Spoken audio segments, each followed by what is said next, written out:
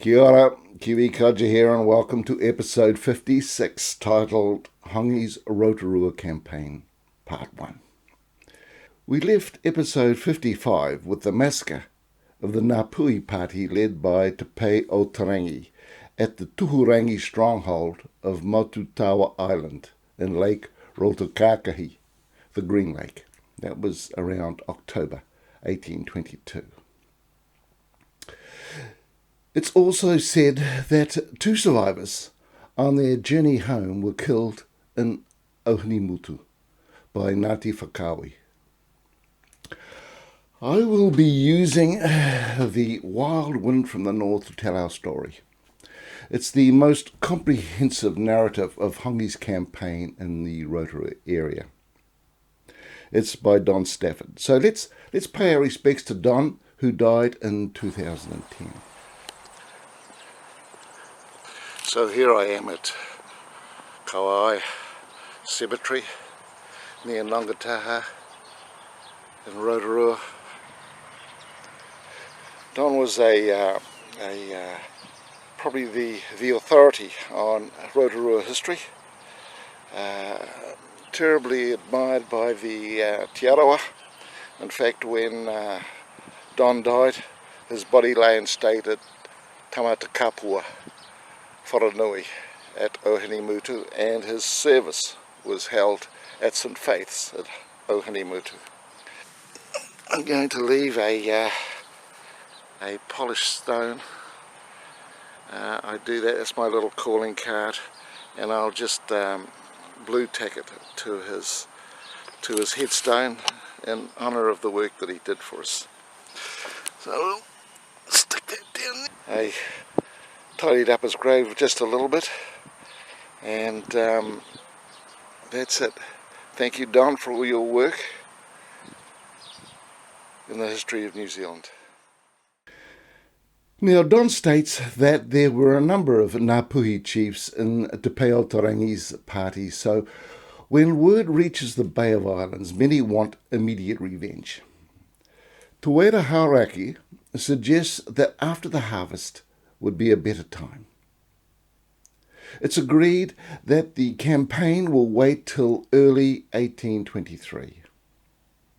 It's bizarre, but word gets out, and Murupanga from Ngāti Whātua, who fought against Ngapuhi at Moromanui 15 years ago, and Te Pae-o-te Rangi of Waikato, who had fought Ngapuhi at Mātakitaki 10 months earlier, asked to join this campaign and are accepted. It's part of the old adage, the enemy of your enemy is your friend. A force leaves the Bay of Islands in February 1823 and joins the Ngāti Whātua contingent at Whangarei. The total force is 1,200 strong and 40 canoes. They eventually make their way to Tauranga, where their hosts, the Ngapuhi, have been expecting them. It's not stated, but for such a large group, they are probably hosted at Otumoite and Motutawa Pa. The Ngapuhi, enemies of Te Arawa, welcome and replenish the Ngapuhi force. Intelligence reaches them that Te Arawa, having learnt of Hongi's campaign, have moved their people and canoes to Mokoia Island in the middle of Rotorua. Ngapuhi need to recalibrate their plans. They decide they have the guides, logistics and manpower to portage their canoes up to Lake Rotoehu, then over into Lake Rotoiti, from there into Lake Rotorua. Lake Rotoehu is 300 metres above sea level. All are in agreement with the plan to get a selection of 9 canoes up the Pongakawa River, then drag them over the 11 kilometres of track to Rotoehu. The canoes will take the maximum of 70 people each in order to provide the muscle for the portaging. The other 700, under the command of Toera and Pomare, will travel by land, rendezvousing at Pae-o-te to assist with the initial steep part of the portage before setting off for Rotoiti via the Te Arawa track. The area between Tauranga and Makatu has been contested by Te Arawa and Tauranga tribes for centuries.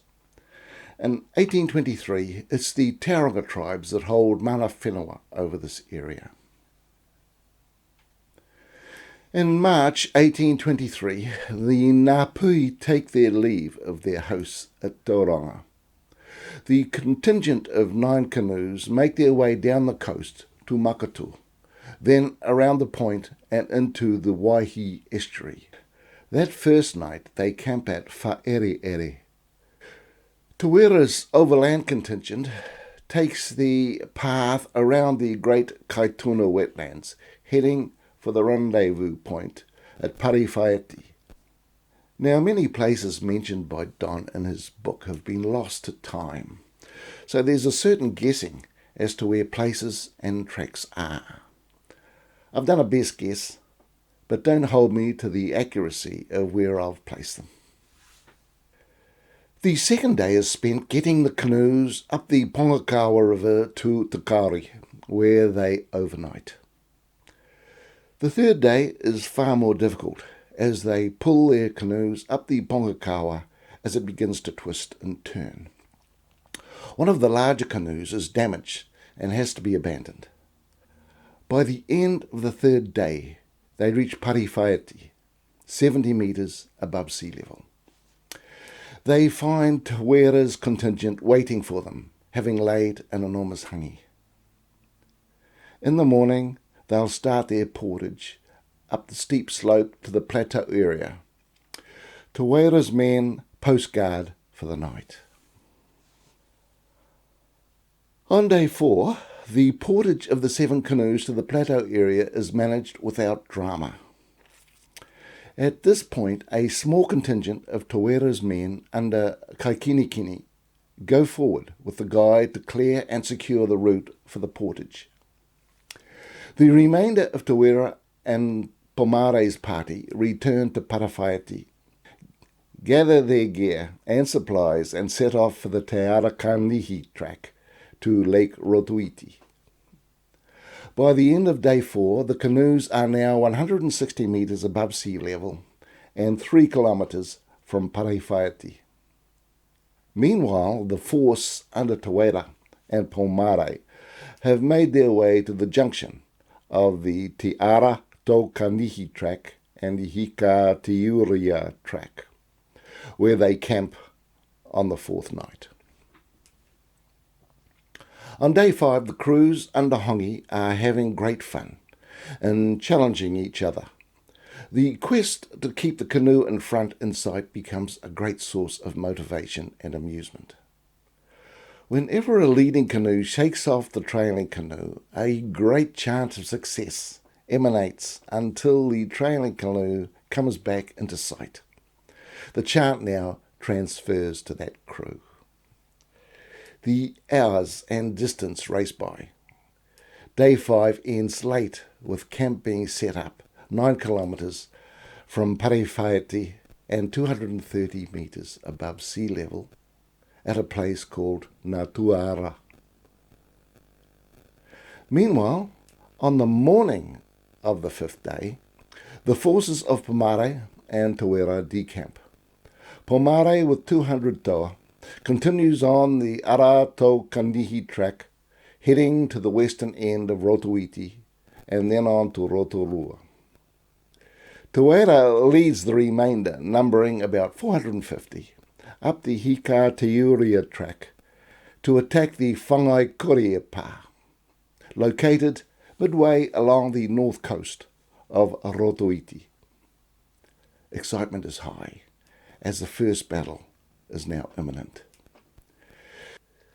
2 hours after dawn, Te Wera leads his force around Te Hapua Lake, up through the forested slopes, then into the cultivations where people are taken completely by surprise. Everyone rushes towards the open entrance to the pa, many defenceless, are cut down with tomahawk, the rest with muskets. Ngapuhi storm into the pa, where a great and brutal slaughter begins. Within minutes, all resistance has stopped. The inhabitants dead or captured. The dead are gathered, the wounded killed, the captured paraded and taunted. Even the children are deathly quiet, clinging tightly to their mothers, terrified of the future. Te Wera organises the occupation of the pa. The dead are sorted, then butchered for food. As best as Te Wera can make out, the communities at Kumuhumuhu and Tapu Waiharuru are unaware of the fall of Whangaipeke Pa. In early afternoon, a canoe is spotted leaving Tapu Waiharuru and heading for Whangaipeke Pa. Te Wera sends 5 toa to Nongaahi Beach to set an ambush. The canoe hovers off the bay, reluctant to land. The 7 in the canoe senses something is wrong. Te Wera's men, having found a small canoe at the bay, paddle out from the beach. Musket shots confirm the ambush. It's now a race for Tapu Waiharuru. The Te Arawa canoe arrives first, quickly followed by the Ngapuhi. Their muskets empty, the Ngapuhi give chase. After 800 metres, the Ngapuhi find a lone warrior blocking their path. Taiaha at the ready. After taunting dialogue by both sides, Ngapuhi go in for the kill, but 2 are struck down before the 3rd is finally victorious. Pursuit of the others is abandoned. The toa's head is severed, and the canoe returns to Whangaipeke Pa. The head paraded in triumph. The scout recognises the head as that of Te Aomotu Takanawa, an important Ngāti Makino rangatira. Te Wera immediately commands the warriors to return to get his body, that they may feast upon it. The warriors eventually return empty-handed. The body already recovered by Te Aomotu's own people. His stand this day will have an honoured place in Te Arawa history. So ends day 5 for Te Wera's contingent. It has been a good day. Around midday on the same day, day 5, Pomare's force reaches Rotorua and establishes camp at the base of Nokawakawa, the junction of Rotorua and the inlet of the Ohau River, which flows from Rotorua to Rotoiti. It's not long before keen eyes from Mokoia Island spot this activity. Pomare sends scouts west and south to assess any Te Arawa threats. They return mid-afternoon, all kaianga empty of both people, canoes and food. The intelligence gained in Tauranga appears correct. Te Arawa are awaiting them on Mokoia Island.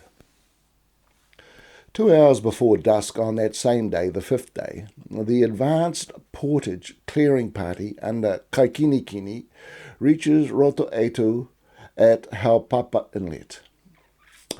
They head for the Mangatapu Kāinga along the western side of Rotoehu.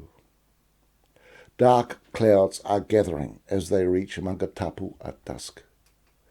It's empty. There's a large whare in the centre of the village that they'll use this night.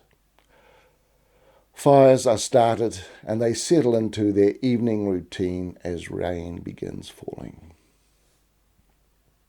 Kaikinikini's fires are spotted by Te Arawa from the lookout at Okahu Point. Te Arawa are around Rotoehu. No Ngapuhi are close, after being alerted earlier by the survivors of Te Aomotu's group. Many in the Rotoehu area are fleeing or have already gone. A group of Te Arawa warriors hatch a plan to kill these Ngapuhi. The canoes on Rotoehu have been sunk at Rotoiti Bay to deprive Ngapuhi of their use. 3 are refloated. A few hours after midnight, the Te Arawa cross the lake in steady rain, surround the whare and attack the sleeping Ngapuhi. Only one escapes. Heads and limbs are spirited away for later use. The canoes are resunk, and the remainder now abandon the Rotoehu area. Day 6 dawns overcast. The rain has stopped. The portaging of the canoes begins again. Compared to the months of work to get their canoes through the sabotaged Awaroa River and swamp to attack Waikato at Matakitaki, this portage has been relatively straightforward. They reached the final valley that leads to the Haupapa Inlet at Rotoehu. They wait on the shore of Rotoehu for all canoes to assemble and then ready them for the lake. Turi Katuku, Hongi's blind wife, has made the portage in the last canoe. He consults her as he is wont to do. It's mid-afternoon, and she advises they should proceed forthwith. The canoes make their way south from Haupapa Inlet to Te Pae-o-te Bay. There's no sign of any people. The absence of Kaikinekini's advance party has them concerned and on guard. At Te Pae-o-te Bay, the canoes are prepared for portaging. This leg should be easier as the Rotoiti is 25 metres below Rotoehu, and so it proves to be. However, darkness approaches, and they camp midway between the lakes, near a huge matai tree.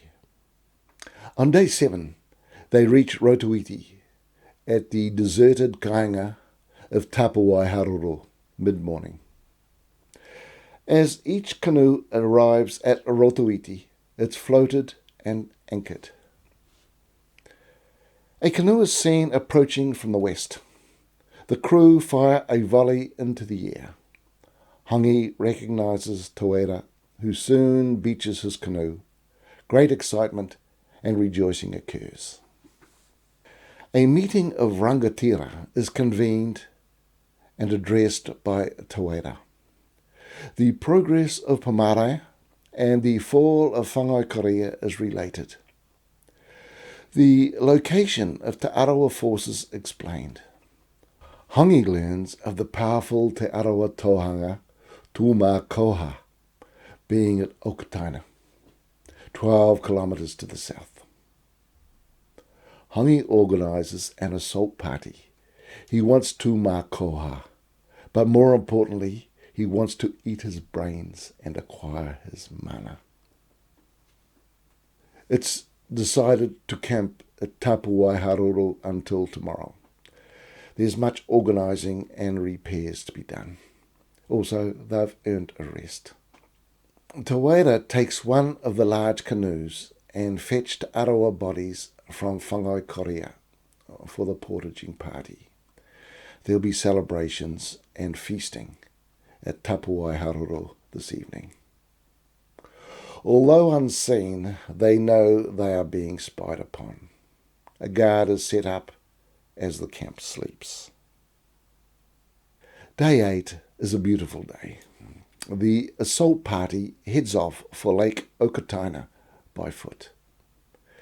The 8 surviving canoes are loaded and pushed off. 4 will call into Ngauhahi Bay to collect the remaining kaitangata. Tawera leaves a force of 100 toa at Whangaipeke to guard the Ngapuhi rear. He then leads the rest, including the captive Te Arawa overland to now Kawakawa to join Pomari's forces.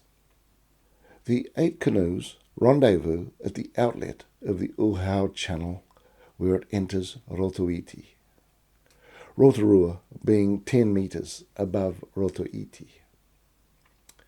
The 2.5 kilometre journey up the channel is uneventful.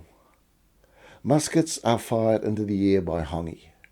Pomare answers. Everyone is excited as the two forces meet. Don Stafford says that 200 years ago, the Uhau Channel started very near now Kawakawa.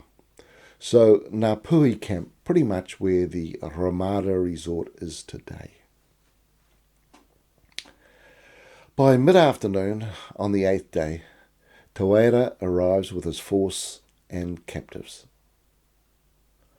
Hongi walks with all his chiefs to the shore and gazes upon Makoia, 4.5 kilometres away. They are all excited. Ngapuhi's first phase in their campaign is over. They are here. They are armed.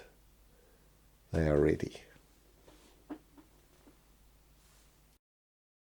Okay, folks, that's where we're going to leave it for this episode.